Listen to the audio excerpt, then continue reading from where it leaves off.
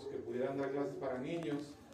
Me acuerdo que eso cargó mi corazón y yo dije, bueno, tengo que hacer algo para prepararme, ¿no? Y el Señor me permitió estudiar en el Instituto de la Iglesia y nos permitió servir algunos años y nos tocó ver ese proceso de crecimiento. Gracias a Dios hemos tenido también la oportunidad de hacer, cuando hemos podido, porque la vida cambia mucho conforme pasan los años, cuando estábamos en el grupo de jóvenes, poder realizar algunos viajes misioneros y es una bendición estar con ustedes. Es primera vez que puedo estar por acá. Ya había platicado yo con el pastor Ernesto y le decía, ojalá algún día podamos ir y visitarles y es para nosotros una bendición el poder estar con ustedes, hermanos, conocerles, ver lo que ustedes están haciendo y junto con esto animarles, porque créanme que no son los únicos en el Evangelio. Hay un grupo muy grande de hermanos en diferentes lugares, incluso de aquí de Tecate.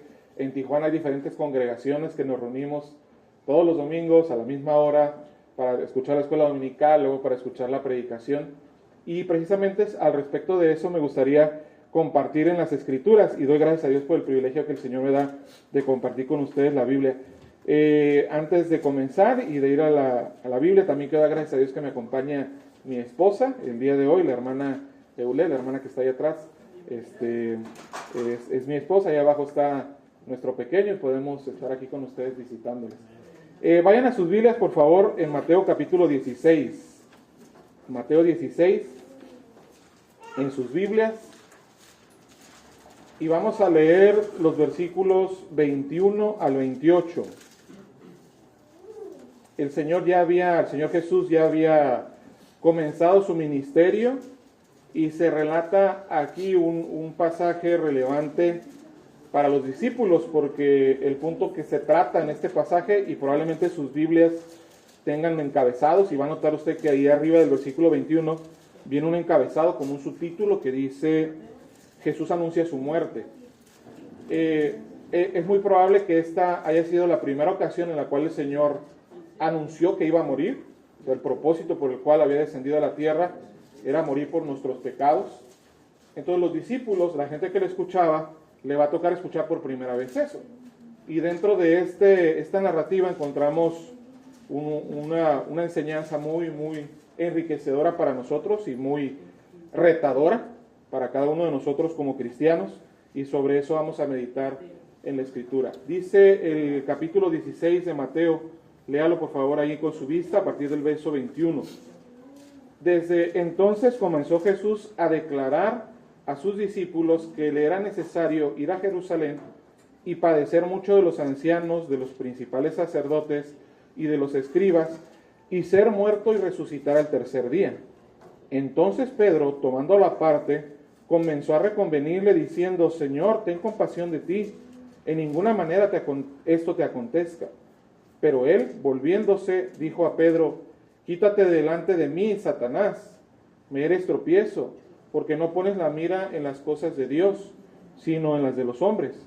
Entonces Jesús dijo a sus discípulos, si alguno quiere venir en pos de mí, niéguese a sí mismo, tome su cruz y sígame, porque todo el que quiera salvar su vida la perderá, y todo aquel que pierda su vida por causa de mí la hallará. Porque ¿qué aprovechará el hombre si ganare todo el mundo y perdiere su alma? ¿O qué recompensa dará el hombre por su alma? Porque el Hijo del Hombre vendrá en la gloria de su Padre con sus ángeles, y entonces pagará a cada uno conforme a sus obras.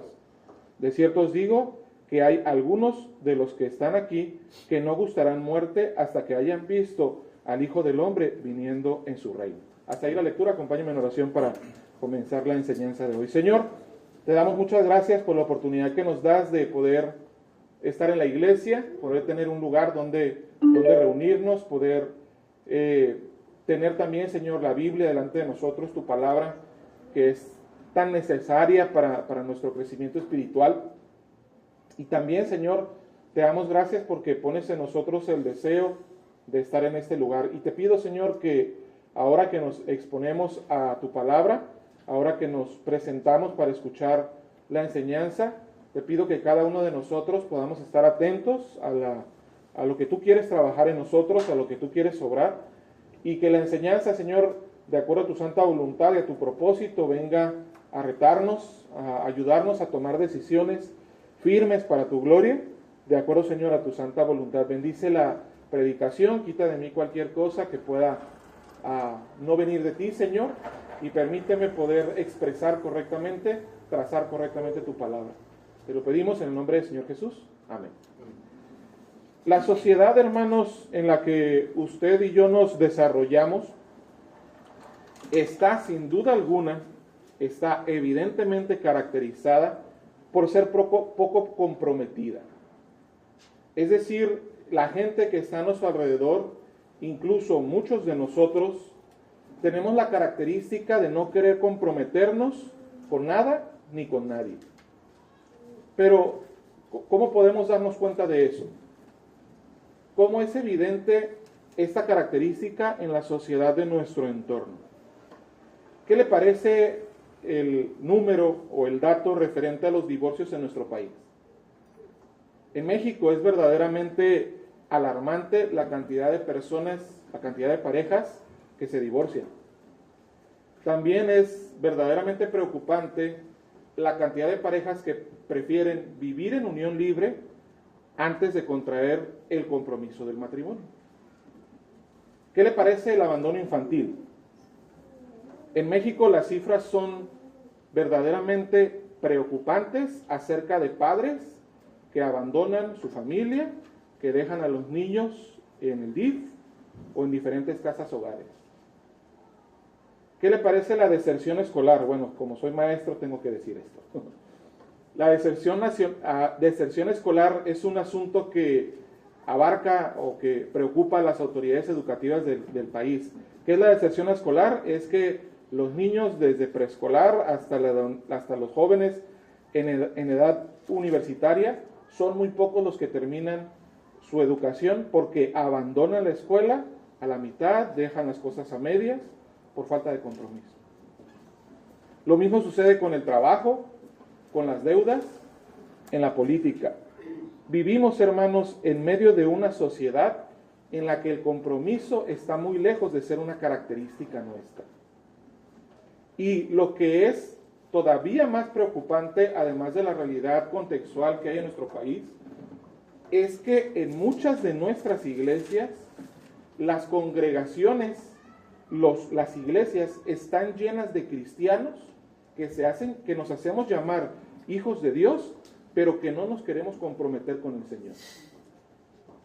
Recuerdo hace algunos años, yo tengo el privilegio de ser parte de la Iglesia Bautista Puerta Abierta desde el año 2000. Llegué a la edad de 19 años a la iglesia. Y recuerdo en una actividad de jóvenes, tenía yo un poco de tiempo, si acaso un año yendo a la iglesia, y el encargado de jóvenes, el pastor de jóvenes de aquel entonces, procuraba que muchos de nosotros sirviéramos, ayudáramos en las actividades. Estábamos en un servicio de jóvenes y el pastor de jóvenes de aquel entonces entregaba al inicio de cada año un programita de lectura bíblica, ¿no? Ese programita, no sé si por ahí lo conocen o lo han visto en la iglesia. Ese programita es un programa que si usted lee 3 capítulos diarios, puede concluir de leer la Biblia desde Génesis hasta Apocalipsis durante todo el año. Entonces el pastor trataba de animar a los jóvenes y motivó a los jóvenes para que leyéramos la Biblia, ¿no? Estaba yo parado en la puerta hasta atrás, dando entrada a los que entraban y salían, abriendo la puerta. Y entonces mientras él estaba animando, dijo a los que estábamos ahí atrás: muchachos, a ver, ayúdenme a repartir los folletitos de lectura. Ya nos acercamos a los jóvenes, ¿no? Entonces iba entrando una señorita y recuerdo que el muchacho le abre la puerta y yo le ofrecí ese folletito de lectura. Le digo: es para la lectura lo que está mencionando el pastor. Y su respuesta me sorprendió porque es algo que muchos de nosotros hacemos, ¿no? Ella dijo: no, gracias, yo no me quiero comprometer con Dios. Y qué interesante, qué curioso es que nos comprometemos con el que nos renta, nos comprometemos con Coppel, con Electra, con Telcel, pero muchas veces no queremos comprometernos con Dios. La palabra compromiso habla, hermano, de una obligación contraída con algo o con alguien que conlleva ciertas responsabilidades de ambas partes, tanto del que hace el compromiso como con el que se hace el compromiso. El claro ejemplo es lo que sucede cuando uno se casa.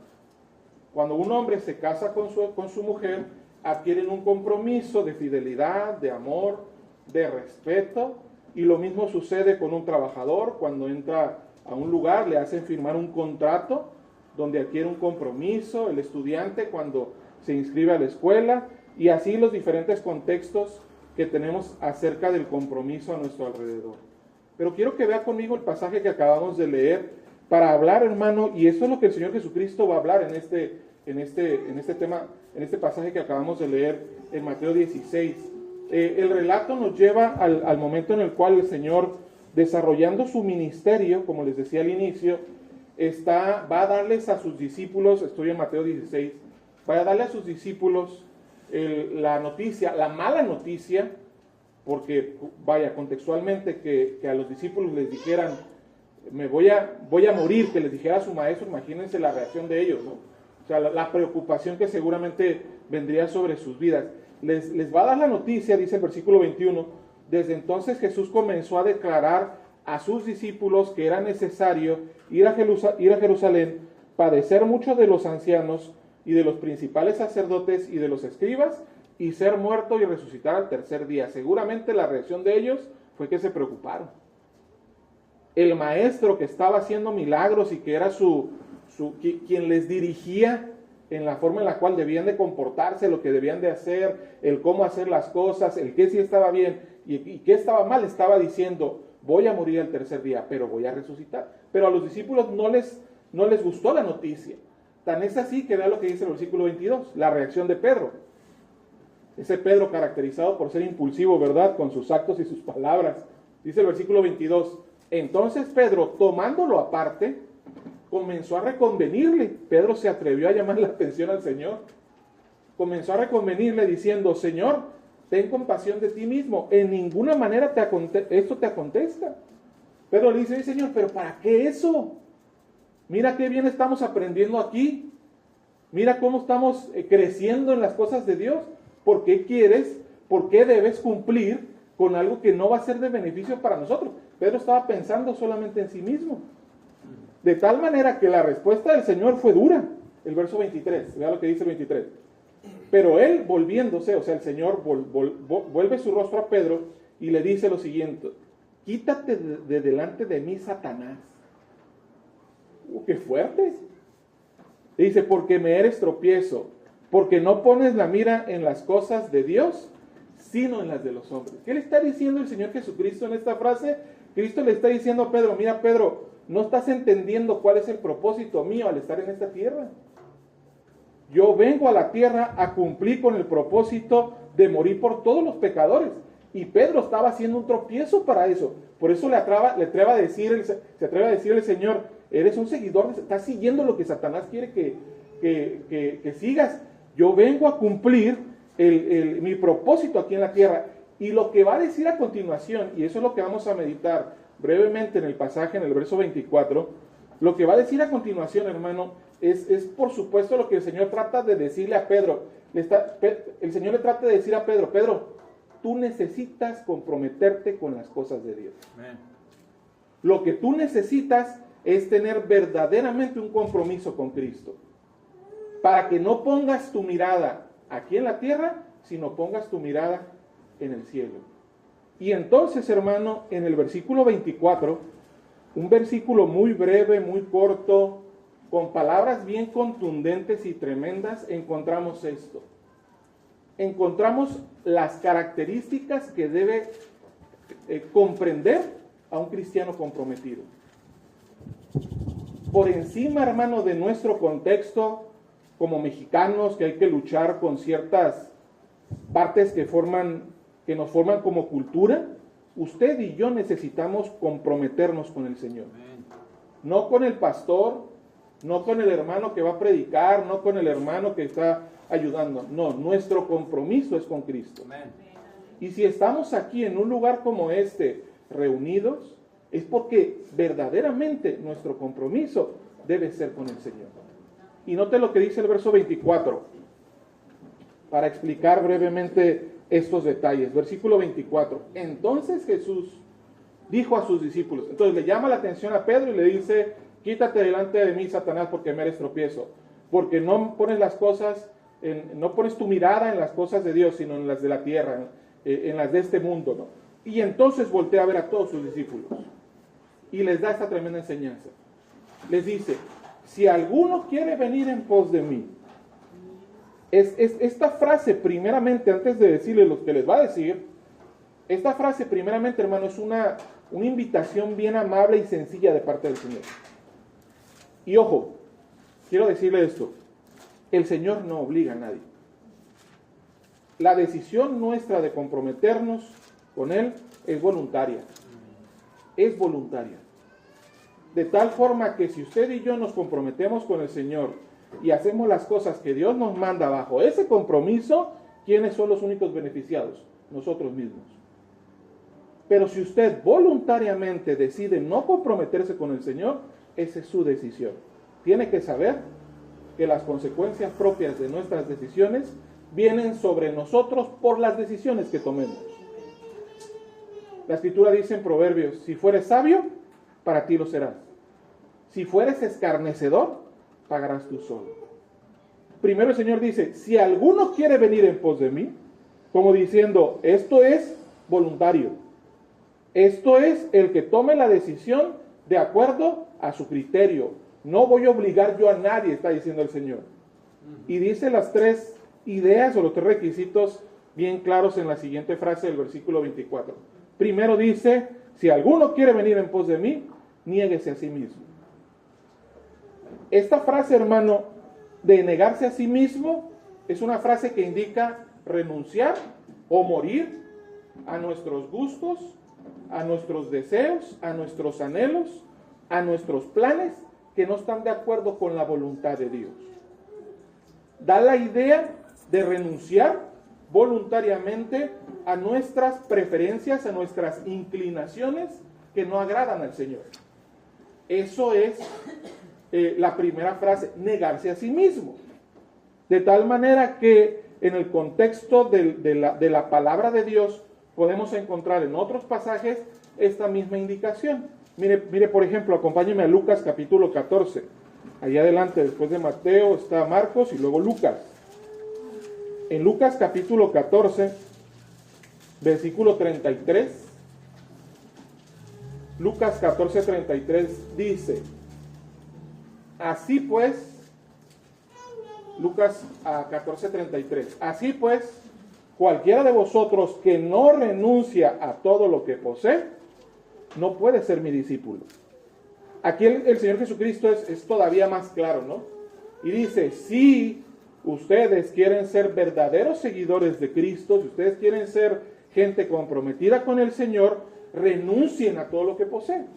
Y la idea es ahí gustos, anhelos, preferencias. Y esto lo tiene que aclarar el Señor, porque en la gente que le seguía había muchos que solamente lo buscaban porque sanaba enfermedades, porque daba de comer, alimentaba. Se acuerda que varias veces alimentó a toda la gente. Entonces la gente lo buscaba por beneficio personal, por solamente querer satisfacer necesidades propias.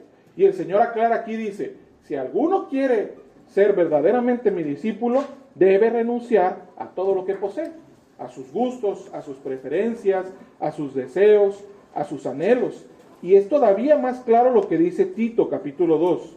Vaya para allá, por favor, si me puede acompañar, si no solamente escúchelo. En Tito capítulo 2, el apóstol Pablo menciona las siguientes palabras. Capítulo 2, versículos 11 y 12. Tito 2, 11 y 12. Porque la gracia de Dios se ha manifestado para salvación a todos los hombres, enseñándonos que, renunciando a la impiedad y a los deseos mundanos, vivamos en este siglo sobria, justa y piadosamente. Aquí Pablo lo menciona desde otra idea. El Señor lo dice, niéguense a sí mismo. Pablo lo dice, renuncien. Y el pasaje dice que la gracia de Dios se ha manifestado para salvación a todos los hombres. ¿Qué nos enseña la gracia de Dios? ¡Qué bendición! La gracia de Dios nos enseña sobre la salvación. De tal manera que ¿cómo puede ser una persona salva? Creyendo en Cristo. Depositando la fe en el Señor Jesucristo, entonces somos salvos. Solamente, ¿a poco tan fácil, hermano? Espérenme, porque el precio que el Señor Jesucristo pagó no fue tan sencillo. Dice la Escritura que su sangre fue derramada en la cruz del Calvario para nuestra salvación. Eso es la gracia de Dios.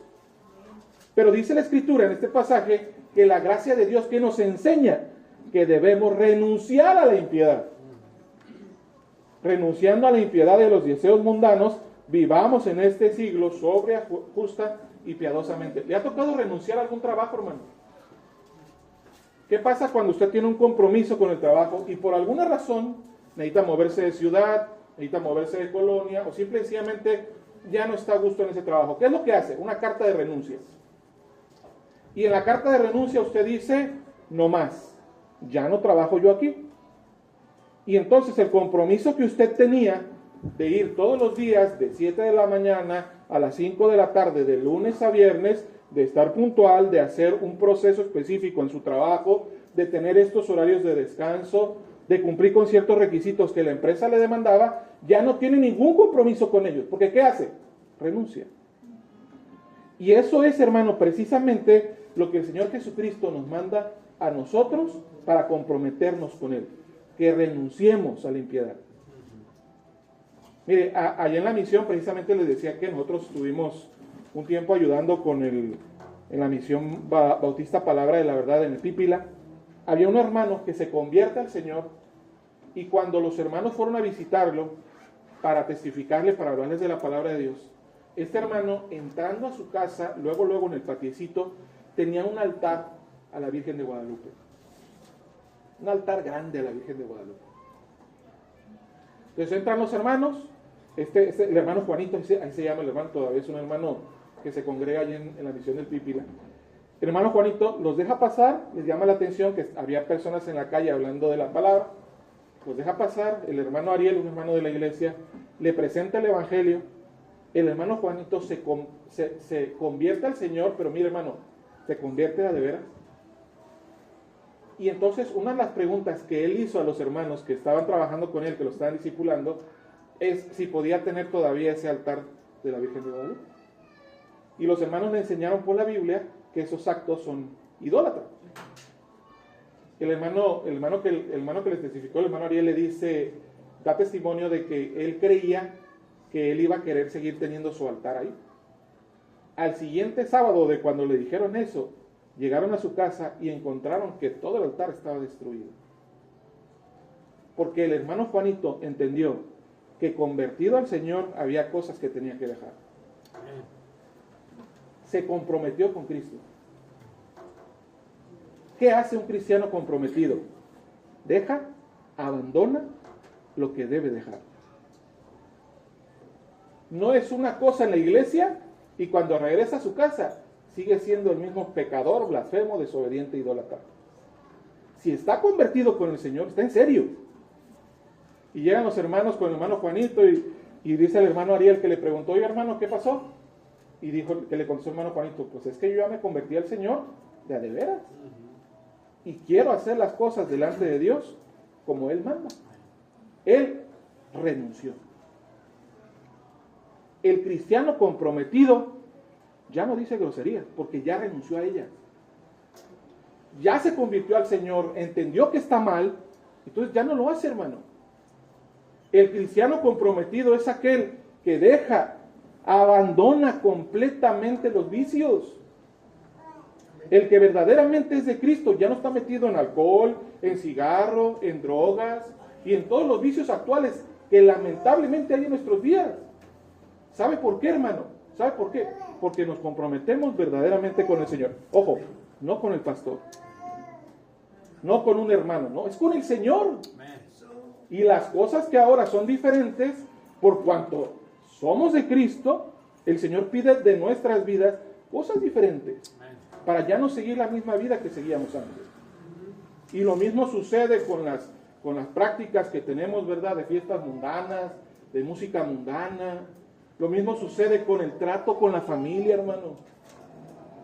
En un hogar cristiano, si usted ya se convirtió al Señor y está comprometido con el Señor, ya no se escuchan griterías. Ya no se escucha. ¿Por qué? Porque ya nos comprometimos con el Señor. Y esa era parte de nuestra vida pasada. Si ahora estamos con Cristo, nuestro compromiso primeramente involucra negarnos a nosotros mismos. Pablo lo dijo así, renunciar a la impiedad. Regrese al pasaje ahí en Mateo capítulo 16, por favor, y permítame avanzar. El cristiano comprometido es aquel, primero, que se niega a sí mismo, eso significa que renuncia a la impiedad, a las cosas pecaminosas. Segundo, el pasaje luego dice, si alguno quiere venir en pos de mí, a Mateo 16, 24, niéguese a sí mismo, y luego dice, tome su cruz. Tome su cruz. El cristiano comprometido es aquel, hermano, que segundo, toma su cruz. Ahora, para tratar de entender esta frase, que probablemente no es tan común para nosotros, pero las personas a quien va dirigido este pasaje lo entendían con claridad por lo siguiente. En aquellos tiempos, y lo sabemos por cómo mataron al Señor, en aquellos tiempos los romanos acostumbraban que cuando un malhechor, de acuerdo a su criterio, era digno de muerte, podía morir crucificado. O sea, era una condenación para un malhechor. Entonces ellos entendían que el crucificado lo que tenía que hacer literalmente cuando iba a ser muerto en la cruz, debía cargar la cruz desde el lugar en que era juzgado hasta el lugar donde iba a ser crucificado. Lo tenía que hacer el malhechor, o sea, el que había sido condenado. Entonces, ese proceso era un proceso de dolor, era un proceso de sufrimiento para aquel que había hecho un mal que era dictaminado con la muerte en la cruz. Entonces, cuando el Señor aquí dice, usa esta figura para decir que el que está comprometido con Cristo debe de tomar su cruz, lo que está diciendo es que por cuanto ya renunciamos a la impiedad, ahora, hermano, el tomar la cruz nos lleva el someternos a la voluntad de Dios, nos guste o no nos guste. Cuando dice ahí, toma la cruz, es la idea de sometimiento voluntario, aunque tengamos que sufrirlo. Y eso, hermanos, sin lugar a dudas, es una necesidad que como cristianos tenemos que aprender. El cristiano debe tomar su cruz. Eso significa que hay cosas que a veces no nos van a gustar. Hay veces, hermano, que las cosas que se nos enseñan son incómodas, que nos molestan, que nos incomodan, que no nos gustan, que nos duelen. Pero es parte del tomar la cruz. Mire, no quiero abundar mucho sobre esto para avanzar, pero solo acompáñenme a este pasaje. Gálatas capítulo 2 y versículo 20. Este es el apóstol Pablo refiriendo lo que él hacía al tomar su cruz. Gálatas capítulo 2 y verso 20. Pablo decía esto, y ese era su sentir, su testimonio, su compromiso con el Señor. Vean las palabras de Pablo tan bonitas y tan contundentes en Gálatas 2:20. Dice, con Cristo estoy juntamente crucificado, y ya no vivo yo, mas vive Cristo en mí. Y lo que ahora vivo en la carne, lo vivo en la fe del Hijo de Dios, el cual me amó y se entregó a sí mismo por mí. ¿Qué está diciendo Pablo? Pablo está diciendo, ahora lo que hago, yo con Cristo estoy crucificado. Mi carne, mis deseos, mis gustos han sido crucificados con Cristo. Ahora lo que hago es, me someto a la voluntad de Cristo. Hago lo que Cristo me dice que haga. En eso corresponde el compromiso con el Señor. Y si me permite, hermano, abundar un poquito en esto, hay dos cosas bien importantes que como cristianos tenemos que entender al tomar la cruz. Es decir, al someternos voluntariamente a lo que Dios nos manda, nos guste o no. Primero, necesitamos conocer la voluntad de Dios. Porque ¿cómo vamos a obedecer la voluntad de Dios si no la conocemos? De aquí es donde es bien importante algo que estamos haciendo usted y yo hoy domingo. Venir a la iglesia, sentarnos, escuchar la escuela dominical, escuchar la predicación, porque lo que estamos haciendo es aprendiendo la voluntad de Dios. ¿Qué es lo que Dios dice específicamente? Explicaba el pastor acerca de la palabra de Dios, que la palabra de Dios es eficaz, que la palabra de Dios tiene sobre nosotros, de acuerdo a la voluntad de Dios y de acuerdo al propósito de Dios, un propósito específico para que nosotros lo cumplamos. ¿Y dónde lo vamos a aprender eso? ¿En la televisión? ¿Lo va a aprender en la calle? No, ¿sabe dónde lo aprende? En la iglesia. Por eso es que al llevar la cruz es bien importante que usted y yo conozcamos la voluntad de Dios. En la iglesia, véngase, véngase. Cada que tenga usted oportunidad, venga a la iglesia, no falte por cualquier cosa. Ay, está haciendo mucho viento, no hay que ir. Ay, me duele poquito la cabeza. Ni modo, me voy a tener que quedar hoy. Pero yo le aseguro que si le duele poquito la cabeza y tiene un compromiso en el trabajo, va a ir a hacerlo aunque le duela la cabeza. ¿Sabe por qué? Porque allá le van a pagar. El problema es que no nos comprometemos con la iglesia y no venimos muchas veces y se nos hace fácil porque no estamos comprometidos con Cristo. La palabra de Dios es vital para nosotros. Venga a la iglesia, siéntese, esfuércese por prestar atención cada vez que tenga oportunidad. Yo tengo la bendición de trabajar con jóvenes, con niños y jóvenes, todo el tiempo. Tengo la bendición de trabajar en el colegio cristiano. Y todo el tiempo trabajo con niños, con jóvenes. Y una de las cosas que yo insisto mucho a los muchachos es que cuando sea la predicación, al esforzarse por poner atención al que está enseñando, quien quiera que sea, sería bueno que tomen nota. Anota lo que se está diciendo, porque así vas a aprender. Y eso es lo que usted y yo necesitamos hacer.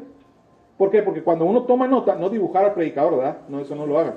Pero cuando uno toma nota, ¿qué está haciendo? Está escuchando y ya se le quedó por medio del oír lo que se está predicando, y escribiendo ya hizo algo de lo que se está diciendo.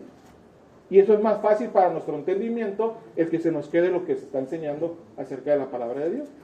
Venga a la iglesia, hermano, no falte. Y en este sentido, personalmente, una necesidad que usted y yo tenemos como una necesidad imperiosa para conocer más de la voluntad de Dios es leer la palabra. Leerla, memorizarla, estudiarla. Yo aprendí de un amigo de la iglesia que cuando leo la Biblia, él me decía, platicando nada más un amigo de hace años en la iglesia, me decía que él cuando estudia la Biblia, cuando lee la Biblia, le gusta tener un diccionario al lado. Dice, es que a veces hay palabras de la Biblia que no entiendo, que no sé qué dice ahí, pero no la entendí. Entonces voy al diccionario y trato de comprender lo que esa palabra significa para comprender lo que la Biblia me dice. Eso es estudiarlo. Y un deber y necesidad que tenemos usted y yo es meternos a la palabra de Dios. Nos hace falta, hermano. Porque así solo podemos conocer la voluntad de Dios. Y por supuesto, además de conocer la voluntad de Dios, otra cosa que es bien importante para tomar nuestra cruz es la decisión voluntaria de obedecer a la voluntad de Dios. Es decir, una vez que conozco acerca de la palabra de Dios, el siguiente paso es obedecerle. Usted escucha el mensaje, se va de acá y va a su casa, tiene las actividades regulares de la semana, es su responsabilidad obedecer. Probablemente el pastor o el líder espiritual va a estar al pendiente y va a decir, hermano, ¿cómo está? ¿Cómo le fue esta semana? ¿Cómo le ha ido? Ay, pastor, pues estoy luchando, estoy batallando con eso. Y el pastor va a tratar de animarle a que usted siga adelante con su responsabilidad. Pero ¿sabe qué, hermano? Hay cosas que nosotros ya sabemos, es cuestión de obedecer. Recuerdo mucho a un joven, a un amigo de la iglesia, y antes de ir al otro punto, nada más ilustrar esto, recuerdo mucho a un amigo de la iglesia que se enamoró mucho, un muchacho de la iglesia, se enamoró, pero como loco, de una muchacha que no era de la iglesia, una muchacha que no tenía el temor de Dios en su vida. Y me dijo él, oye, ¿cómo ves como amigos? ¿Qué será bueno hacer? Me gusta mucho la muchacha, dice, ya le dije y me dijo que sí, que podíamos ser novios. Y yo le dije, mira, hay cosas que tú sabes que como cristianos no debemos de hacer y hay otras que sí debemos de hacer. Tú lo sabes. Y le pregunté, ¿qué crees que dice Dios? No, pues Dios dice que no debemos unirnos en yugo desigual. O sea, que con una inconversa no, pues. Oh, pero si vieras, dice, es mejor que las de la iglesia. Es más responsable, es más respetuosa. Le dije, mira, pregúntale al pastor, a ver qué te dice. Ya sabía yo lo que le iba a decir el pastor. Entonces fue con el pastor, ya después me dijo, ¿qué crees que me dijo el pastor? No, pues me dijo que no. ¿Y qué vas a hacer? Ah, no sé. ¿Sabe qué hizo? Se fue con la muchacha. Y desde entonces echó a perder literalmente su vida, porque Dios no se equivoca. Y cuando Dios dice algo, es su responsabilidad y la mía, aunque no nos guste, tomar nuestra cruz. Someternos a lo que Dios dice voluntariamente, aunque implique sacrificio, aunque implique dolor, aunque implique trabajo, aunque implique esfuerzo. Esa es nuestra responsabilidad. Y regresa al pasaje, ahí en Mateo 16 para terminar. Si alguno quiere venir en pos de mí, niéguese a sí mismo, renunciar a los deseos pecaminosos, a la impiedad.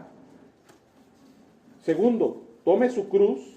Habla de un sometimiento voluntario a las órdenes de Dios, sin considerando incluso que tengamos que sufrirlo. Y por último, hermano, dice las últimas palabras del versículo, en el capítulo 16 de Mateo, versículo 24, dice, tome su cruz y sígame. Sígame. Esta palabra, hermano, sígame, significa literalmente adherirse con firmeza a uno. Adherirse con firmeza a uno. Conformarse totalmente a su ejemplo en vida, aunque sea necesaria la muerte. Contextualmente hablando, esta indicación que el Señor le da a sus discípulos tiene que ver con la idea de que el Señor le estaba diciendo, vuélvanse mis discípulos, vuélvanse mis seguidores.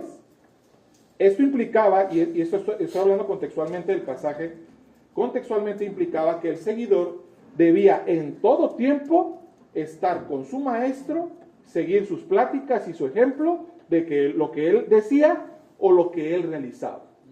Entonces, la idea de esta última indicación tiene el énfasis, hermano, de permanencia. Permanencia y constancia. Amén. Entonces, niégate a ti mismo, toma tu cruz y sígueme. Pero el seguir, la idea de seguir, la tercera característica de uno que se compromete con Cristo, seguir involucra permanencia fiel. O sea, ustedes y yo tenemos el llamado de parte de Dios a que debemos seguir el ejemplo del Señor, a que debemos imitar las virtudes del Señor, pero es algo que tenemos que hacer constantemente. La iglesia, este lugar apenas tiene 2 años. 2 años. Probablemente ustedes tienen poco de conocer del Señor. Pero sabe, hermano, le queda toda una vida por delante para seguir al Señor. Amén. Y para poder seguir al año tercero y decir en el año tercero, gracias a Dios, aquí estoy, he cumplido con la voluntad de Dios, al cuarto, al quinto, al sexto, al séptimo, al octavo, al noveno, al décimo, la iglesia Puerta Abierta, 54 años de existencia. 54 años. Para que pueda haber esa persistencia en la iglesia, ¿sabe qué se necesita? Cristianos comprometidos con el Señor. Amén. Fieles. Amén. Llueve, aquí están. Está haciendo un calorón. Oiga, hermano, veníamos aquí de camino y ahí en Tijuana no está haciendo el calor que está haciendo aquí. Ni el aire. Y dije, pobre hermano Neto está... Y entiendo que ahorita está tranquilo, ¿no? Porque a veces el calor se pone bien intenso. Aunque haga calor. Aunque no venga nadie. No viene nadie. ¿Qué se necesita? Permanencia. Me gusta poner este ejemplo porque es algo que a mí me tocó vivir. Hace algunos años en un viaje misionero, creo que hasta iba la esposa del pastor, la hermana Judy, a un grupo de jóvenes de la iglesia. Fuimos a Ciudad Constitución, en Baja California Sur. Allá en Baja California Sur hay una misión que surgió de nuestra iglesia, la Iglesia Bautista Puerta Abierta. Entonces el pastor de jóvenes, organizando toda la actividad, resulta ser que su esposa, la hermana Narci, que es la que normalmente maneja una de las paneles, no iba a poder manejar. La hermana estaba enferma, no era viable que ella manejara. Entonces de los jóvenes más grandes era yo. Uno de los jóvenes más grandes era yo. Y me pidió el pastor, oye, ¿podrías manejar tú una camioneta? Y mi respuesta rápida fue, pues claro, pues manejar, ni modo que no. Pero yo no normalmente manejábamos aquí en Tijuana, manejábamos nada más en la ciudad. Íbamos a una misión y allá manejábamos, ¿verdad? El trabajo, la casa, nada más. Nunca me había tocado manejar tan lejos. Habíamos salido a Tecate, algunas actividades en Ensenada, Nunca habíamos manejado hasta el Baja California Sur. Cuando ya se iba acercando el momento, yo me acuerdo que se acordará mi esposa, que en aquel entonces era mi novia, me dijo, ¿estás nervioso, verdad? Porque me miraba que yo ya estaba medio tenso porque iba a manejar. Y le dije, no, pues la verdad sí, es que nunca he manejado tan lejos. Y ya me ve el pastor y me dice, ¿estás nervioso? Te veo así medio nervioso. Pues sí, pastor, le digo. Y me dijo el pastor lo mismo que me había dicho mi esposa. Mira, me dijo, tienes el trabajo muy fácil. Lo único que tienes que hacer es seguir al que va enfrente. Vas a ir detrás de él.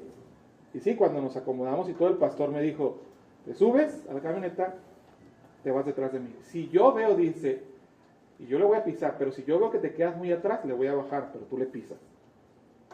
Entonces, si ves que le piso, le aceleras. Entonces, eso fue mucho más fácil para mí, porque había alguien delante que sabía dónde íbamos, que sabía el camino, que sabía cómo llegar a buen término, y yo, que nunca había manejado fuera de la ciudad, pudimos ir y llegar a aquel lugar sin problema, simple y sencillamente porque a mí, como chofer, me tocó ir detrás de él. Eso es lo que Cristo pide de nosotros. Él va adelante. ¿A quién seguimos? A Cristo. Pero siga en constancia, siga en permanencia en su maestro. El cristiano comprometido es aquel que sigue permanentemente a su Señor. No, ahorita sí, al rato no. Bueno, ahorita sí, pero depende la próxima. ¿Qué va a haber? ¿Qué van a predicar? ¿Qué van a dar de comer, pastor? ¿Qué van a dar de comer? Es que eso no me gusta, no. La hora, no, pastor, es hasta las 2 de la mañana. No, es muy tarde, pastor. Sigue el cristiano en permanencia completa, constante, en seguir a su maestro. Por eso le decía, hermano, al comenzar, mire, vivimos en medio de un contexto en el que la sociedad no se compromete. Y lamentablemente eso como cristianos a nosotros nos afecta. Porque eso es intuitivo, hermano. Como vemos que los demás no se comprometen, ¿sabe qué hacemos nosotros? Tampoco nos comprometemos. Y la realidad es que en nuestras iglesias, en el cristianismo de nuestros días, hay muchos cristianos que no quieren comprometerse con Cristo. Por eso el llamado del Señor para nosotros es este: niégate a ti mismo. Si quieres comprometerte con el Señor, niégate a ti mismo. Renuncia, apártate de los deseos pecaminosos. Segundo, toma tu cruz. Sométete voluntariamente, obedece a la voluntad de Cristo, aunque no te guste. Y tercero, sigue adelante. Permanece en fidelidad y en constancia, imitando el ejemplo del Señor. Queridos hermanos, ustedes tienen una gran y tremenda oportunidad y privilegio. Acaban de cumplir 2 años de existencia como misión. Y gracias a Dios por eso, ¿verdad? Qué bendición. Allá en la iglesia se escucharon muy buenas noticias del servicio que tuvieron. Bonito servicio. Pero ustedes, hermanos, tienen la oportunidad de ser bendición a otros en el lugar en donde el Señor les tiene. En este lugar, esta iglesia puede llegar a ser una tremenda bendición a todo Tecate. Cumplir, imagínense, 20 años de existencia. Siendo una bendición, expandiéndose, más gente viniendo a la iglesia y siendo luz. Pero ¿sabe cómo se logra eso? Evidentemente que el trabajo del pastor y los hermanos que le ayudan es importante. Pero ¿sabe qué es más importante? El compromiso verdadero de cristianos que quieren servir al Señor. Eso es lo que hace falta. ¿Habrá algo, hermano, que tenga que arreglar hoy con el Señor? ¿Habrá algo que usted quiera comprometerse con el Señor? Vamos a orar, que el Señor nos ayude a hacer compromisos firmes con Él para su gloria. Vamos a orar. Padre Celestial.